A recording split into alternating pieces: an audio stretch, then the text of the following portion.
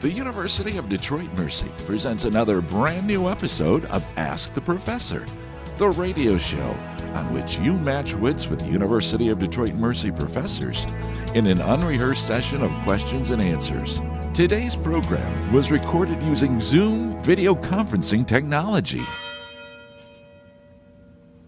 The University Tower chimes ring in another session of Ask the Professor, the show on which you match wits with University of Detroit Mercy professors in an unrehearsed session of questions and answers. I'm your host, Matt Maio, and let me introduce to you our panel for today. We are being joined today by Dave Chow. Pleasure to be here, as always. Excellent. How are things on the other side of the half block that we live across from each other? Just as cold, I'm sure. Just as cold. Do you use the same money that we do?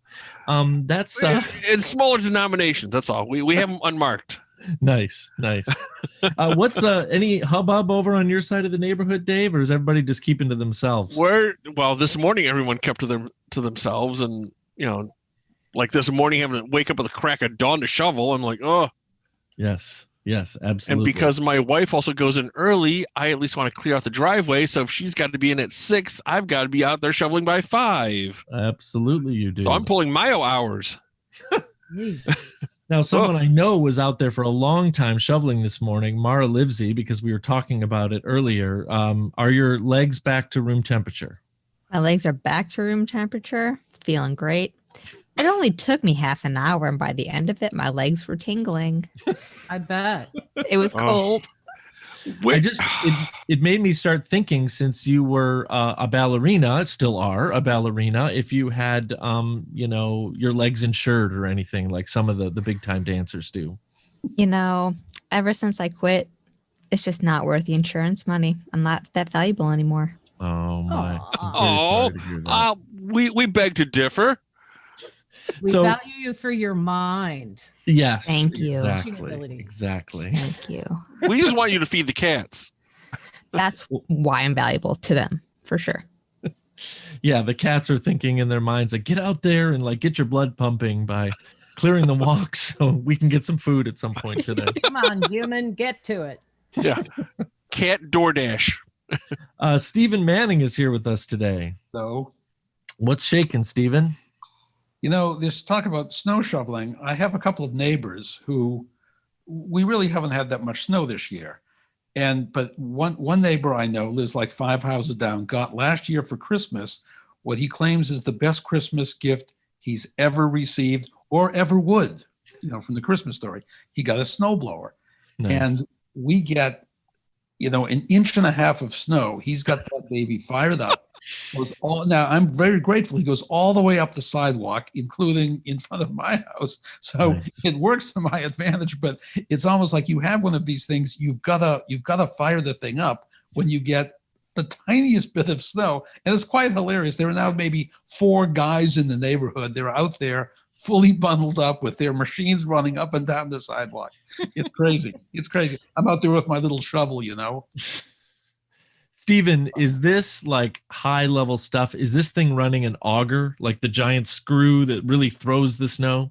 I don't know much about these. I'm sure there's some variation. I saw the guy this morning. I was out shoveling my front when he came down the sidewalk, as he typically does. And I just happen to know his was a Craftsman model. That's all I know about it. Nice. So people love using those. That was basically my dad when I was growing up. He had the biggest possible snowblower that you could buy, and I believe it was Craftsman actually.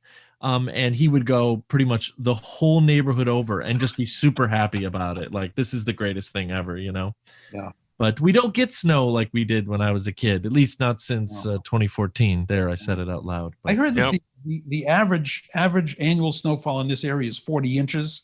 We haven't had 40 inches in a couple of years anyway. Cumulatively, it seems like. Yeah. Exactly. I remember one year we had 80. We doubled the 40, but we haven't even, we've probably had 10 or 12 this year so far? Not even, I don't think.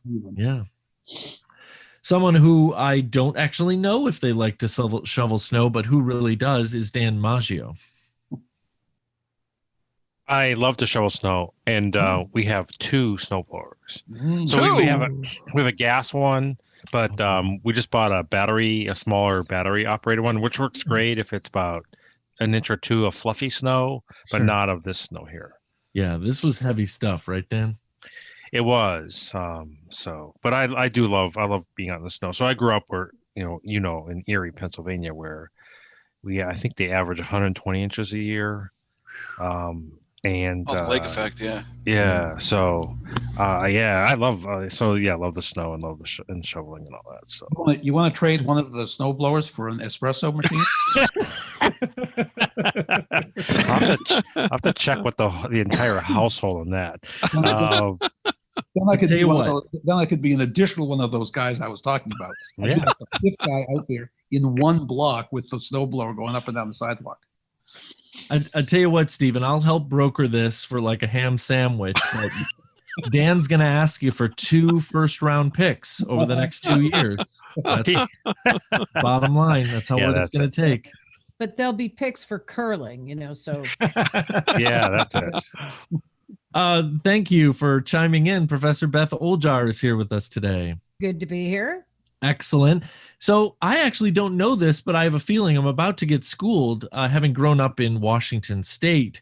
Is it a snow place? Is it not a snow? It's more of a rain place, right? I didn't grow up in Washington State. Oh, but you went to school there. I went to graduate school there. Yeah. Mhm. I grew up in Oregon. Okay. No, not a lot of snow. Okay. Yeah.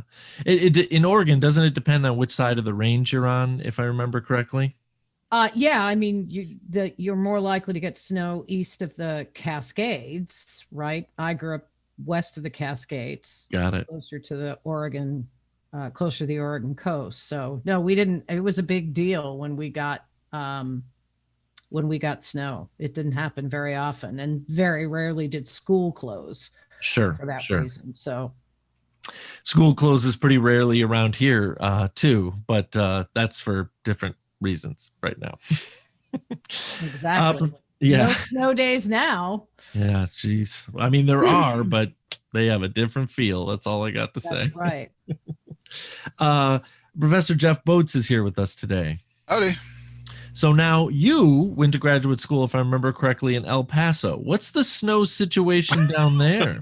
Well, no, I taught there for a couple of years. Oh, I'm Went to sorry. Carnegie Mellon. and before I came here. Yeah, grad school was Carnegie Mellon, and Yeah. I went to undergrad right where I grew up, about 90 miles east of Dan. So we got a lot of snow too. There you go. There you go. I'm getting everything wrong today, but I'm Yeah. getting everything a little bit right.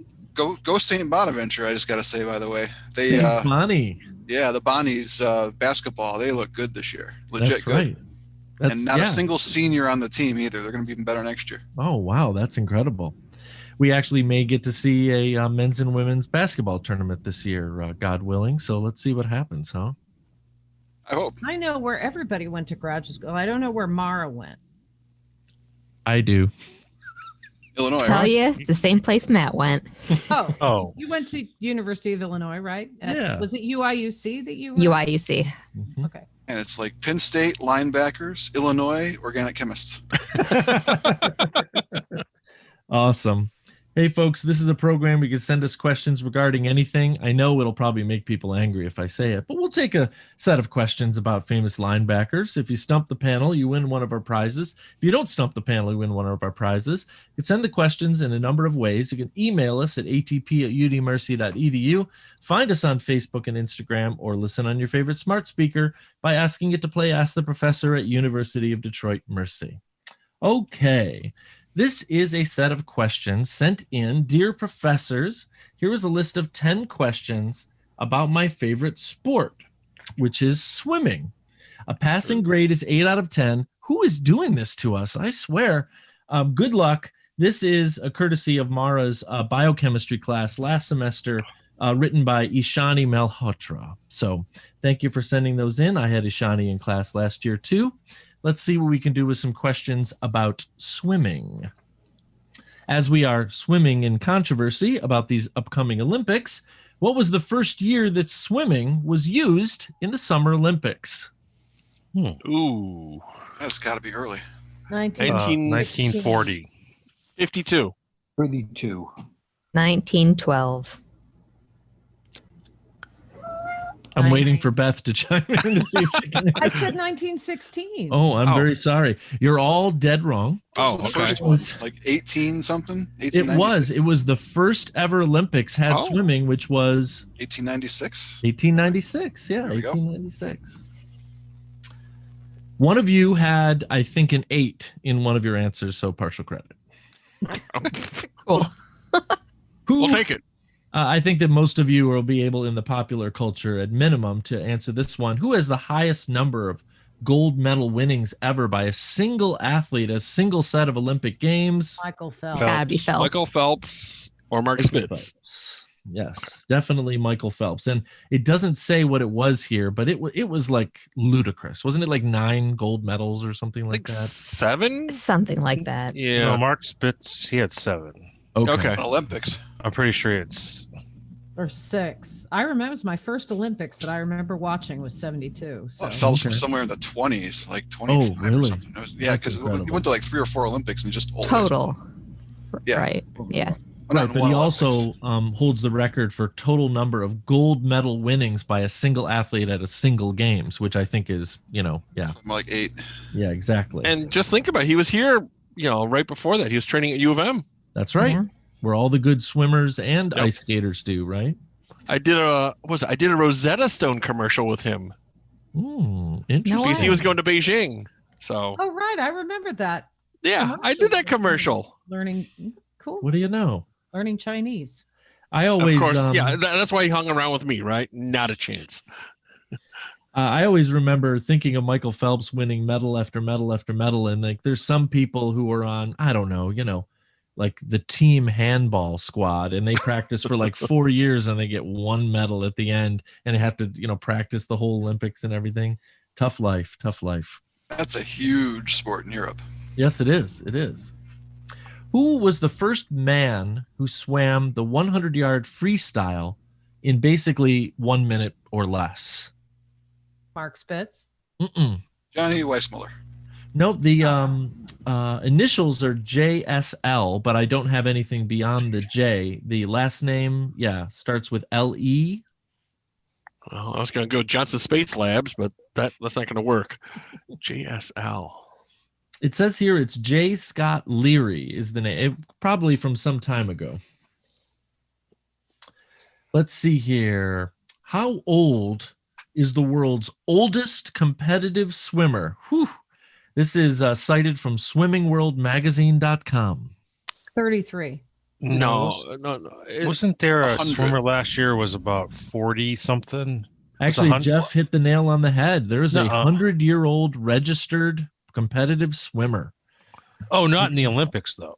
No, Yeah, no, I- it didn't say Olympics. Didn't say Olympics. Yeah. I mean, sorry. Some super healthy guy who does like biathlons or triathlons or something. Exactly. But then, Wow. At then a also very slow defining, pace, I'm sure.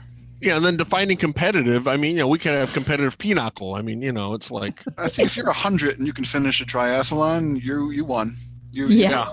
You're first in your category, probably last too. For the record, you're the only one in the category. I also would have accepted Tom Brady as the answer to that question. In what year were women first allowed to compete in the Olympics in the category of swimming? 1932. Not 1896. No, they got to vote in 1920, maybe sometime around there. 1924. Probably got to 24. swim 30. Before that. I have to go with Beth on this one. It was They probably got actually, to swim before they could vote. yeah, Wow. exactly. I mean, that's close enough. It was 1912. So that's Whoa. pretty good. Yeah, 1912. And they were probably in there with their bloomers too, or something. Some horrible outfit that. Yes.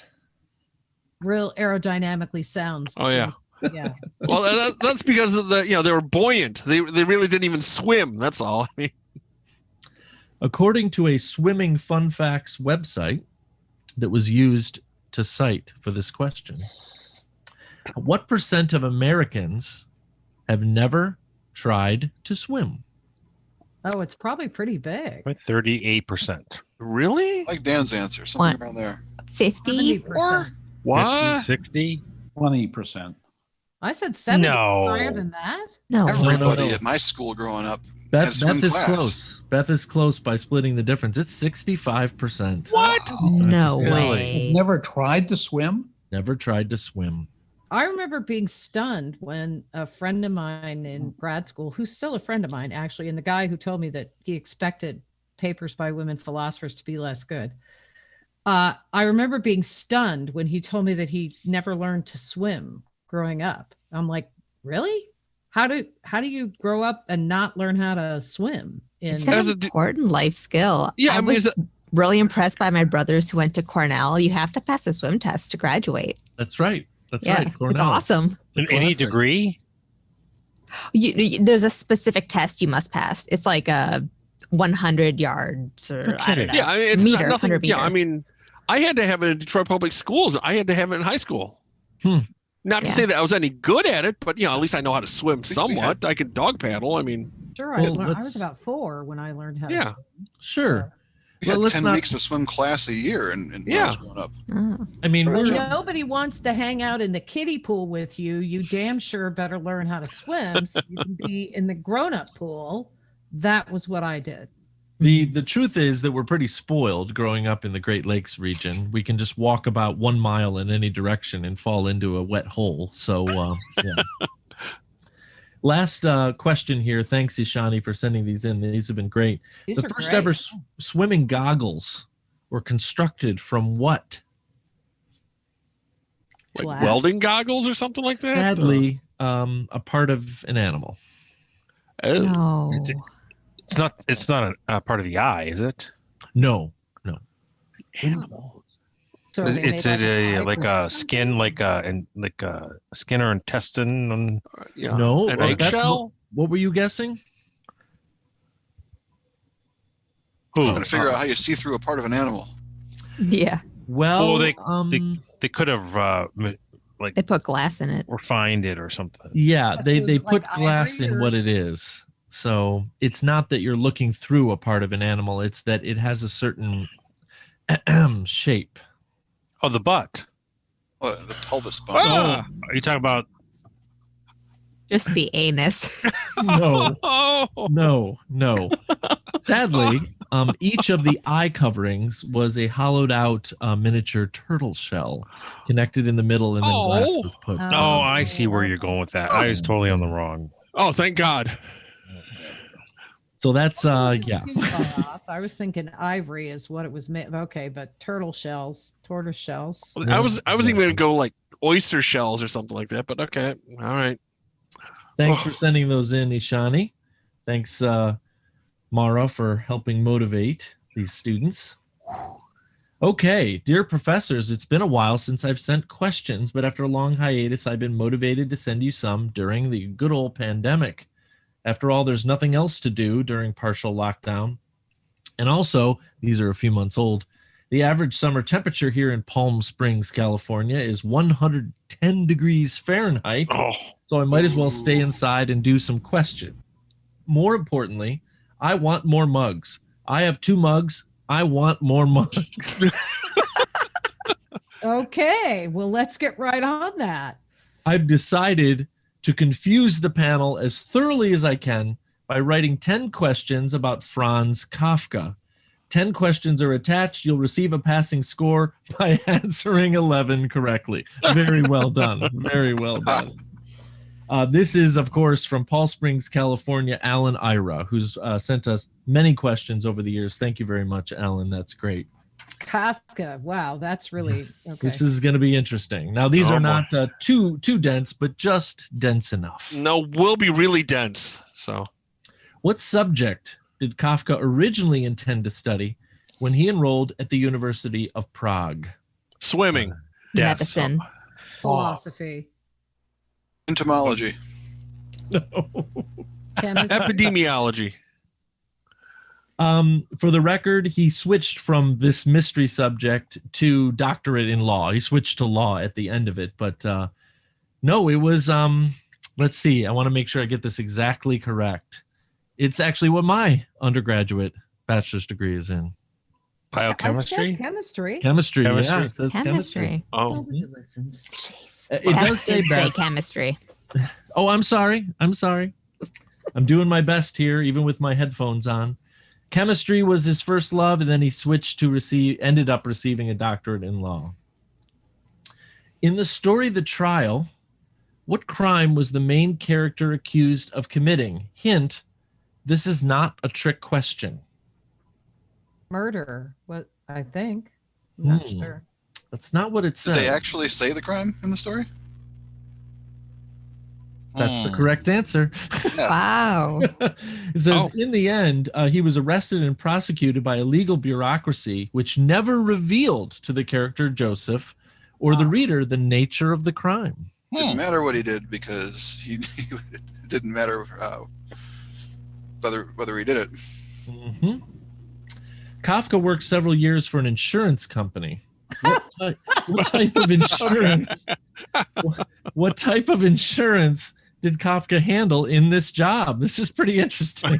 Turning into a bug insurance. Yeah, no kidding. I'm like, is it cockroach insurance? Like emu kind of thing here. What's going on? I mean, Nope, nope. Homeowners insurance.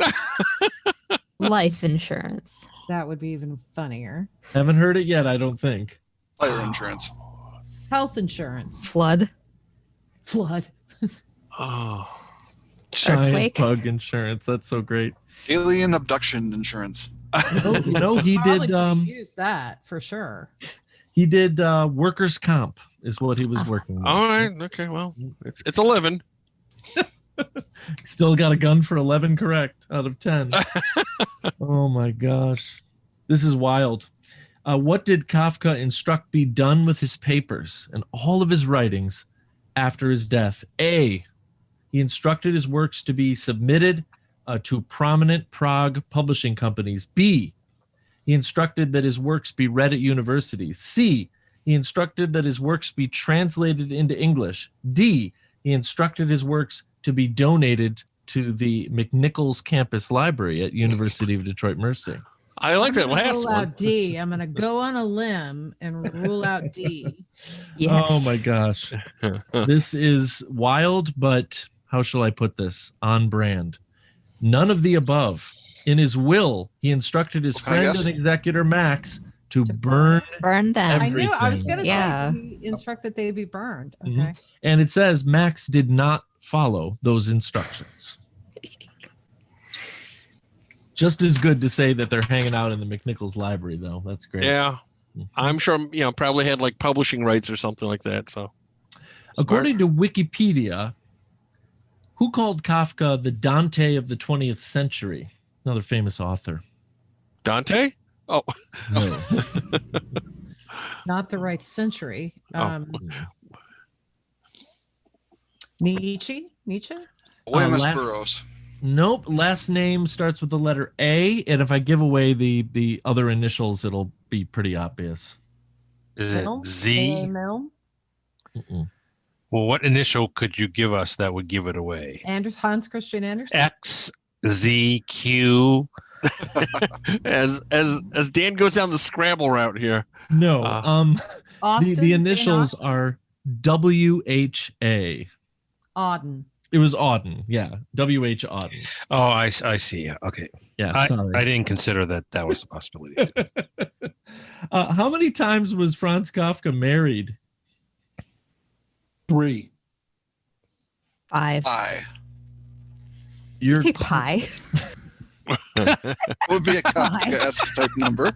That would be Kafka-esque. That is Kafka-esque. So 3 is a number that's close to what the actual number is. If someone gives me something else, we can stretch out the error bars. a little. 4. 4. So 4's getting too high, but it's not 3. 2. 3.5. 1. No. Plus or minus Jeff 1. isn't actually right. No, he's never been married. He was engaged twice. Oh, But never married. Love this follow-up. However, he did spend a lot of time visiting brothels. Well, that's a nice addition there. That's It's great. a nice hobby. Did his fiancées turn into bugs before they had a chance to marry? Entirely possible. How and at what age did Franz Kafka pass on? I'm thinking he was young-ish. 42. 40s Partial maybe? credit. I'll give it to a combination of Beth and Dave because he died at 40. Yeah, he was gone at 40. Oh, What took him? Heart attack. Mm-mm. Alcoholism. the hearse. At least partial credit. What took him the hearse? Partial credit for alcoholism. No, he died of TB. Not doing too well back then. Oof. Yeah, not good. Not good. That got a lot of people. So See, had he worn a mask, he would have been in a better shape. Absolutely. In November 1919, Kafka penned a scathing 45-page letter accusing the recipient of being abusive and hypocritical. Who was the letter addressed to? His mother. I'm giving it to you, Dan. It was his dad. Yeah. Oh, Wow. Wow. the kind Franz of gave the that letter only to his reserved mother for to one's give to his parents. father. Yes. But his mother never delivered the missive and instead handed it back to him. Like most of his works, the letter was posthumously published in 1966 because, of course, it didn't get burned after he died. Wow. And let me guess, he gave it as a Father's Day present. Jeez. And it's in the basement of the McNichols Library. Oh, right. Right.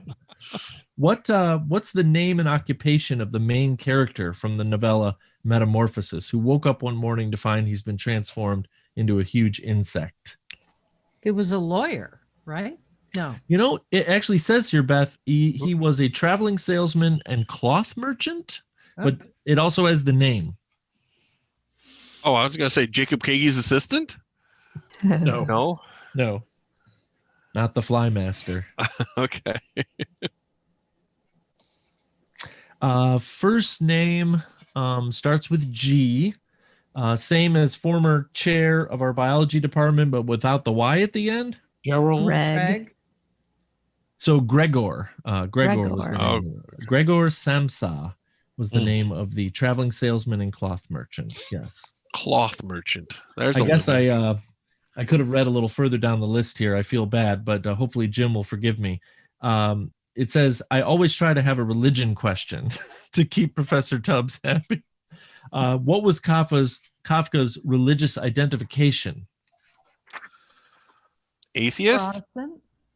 I would get or agnostic, Roman Catholic. Buddhist. Jewish. It says he was Jewish. Although his writings were secular, his great-grandfather was a rabbi. Some Kafka scholars believe the themes in Kafka's stories were influenced by his study of the Talmud. His 3 sisters died in Nazi concentration camps. Oh, I was about to say As Prague well. had a big Jewish concentration, Yep. Oh yeah. big Jewish population up to a certain point, and then At some level, it says here, Franz was engaged in the Zionist movement of the earliest 20th century in Prague. So yeah, there you go. And that was actually 10 questions. I made sure to renumber them. So I don't know how we're supposed to get an 11, but we must have been close. well, if we That's all. count our Eight- correct answers in binary, in Kelvin, right? Oh, that's awesome. He gets a mug.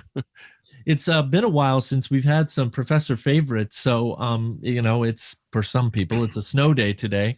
Either in the modern age that you are, or perhaps when you were quite a bit younger, what did you always look forward to most on snow days?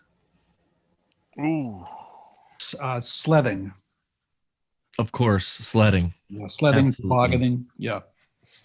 Definitely sledding, but then my mom would make this really delicious white hot chocolate.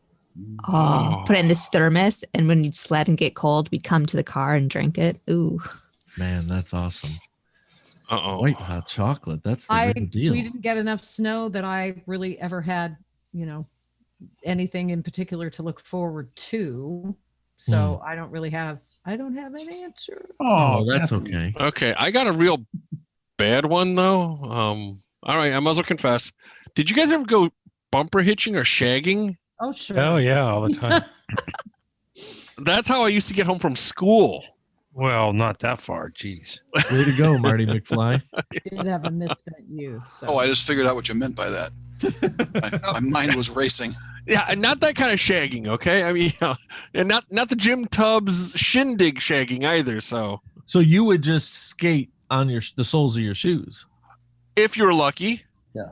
If not, growing up in that era, you had your Sears tough skin pants that were like some obscure polymer that just never degraded. So you just waited for a car to go by and just run out there and just hang onto the bumper for all you were worth, and then hopefully they're on the way home. That's all. So Another interesting mischievous story I told by remember Dave having Chow, toast. but this one didn't involve shower heads. So and I'm yeah, or kind of or thankful. bouillon cubes. So, I'm just cross country skiing. We used to do that in gym class actually for about a month Ooh. every year. Was that a Very class? helpful. Well, gym class. Oh, You know, okay. it's part of gym, but they we used to get a lot of snow there, and I live near the Clinton Trail right now, which is devoid of anybody during the winter. I just wish it would snow more. I'd go out and get some skis. Sure. Dan, you grew up in snow country. What was happening in Erie on a snowy Probably day? tobogganing Yeah. or sledding for sure. I don't know if I ever owned a toboggan. That's interesting. I'll have to go We back didn't. and My look uncle at had one, and there was a golf course. So it's hilly in Erie. It tends to be hilly. Yeah, it's too flat around here. Or Yeah. did you guys ever have those dishes, those little round plastic Oh, dishes? yeah. Oh, yeah. Yeah, of course. those. Sauces. We called them saucers. That's right. That's Yeah. right. Okay. So Those are fun. Well, folks, I hope you enjoy the snow day or whatever kind of day you're listening to this on, but I'm afraid that the time has come for us to say I just- goodbye. For a Jeff, minute. Bye. Dan, goodbye. Stephen, Bye. Mara, Enjoy the cold. Dave, See ya. and Beth. Bye. No Beth. Oh. Bye. And now these words from University of Detroit Mercy. Ask the Professor is transcribed in, all of our homes, but usually it's in the Briggs Building in the Department of Communication Studies in the College of Liberal Arts and Education at University of Detroit Mercy's McNichols campus. Ask the Professor is produced and technically directed by Michael Jason and Brian Masonville, and our executive producer is Professor Jason Roach. Until next week, I'm your host, Matt Mayo.